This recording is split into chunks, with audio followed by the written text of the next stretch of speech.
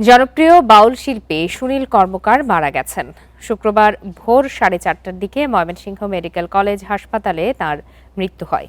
তার মৃত্যুর খবর ছড়িয়ে পড়তেই এলাকায় শোকের ছায়া নেমে আসে।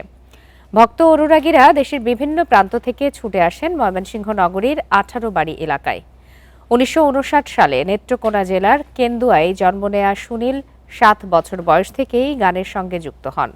ভরাট ও আবেগময় কণ্ঠে যে কোনো আসর একাই মাতিয়ে তুলতেন তিনি।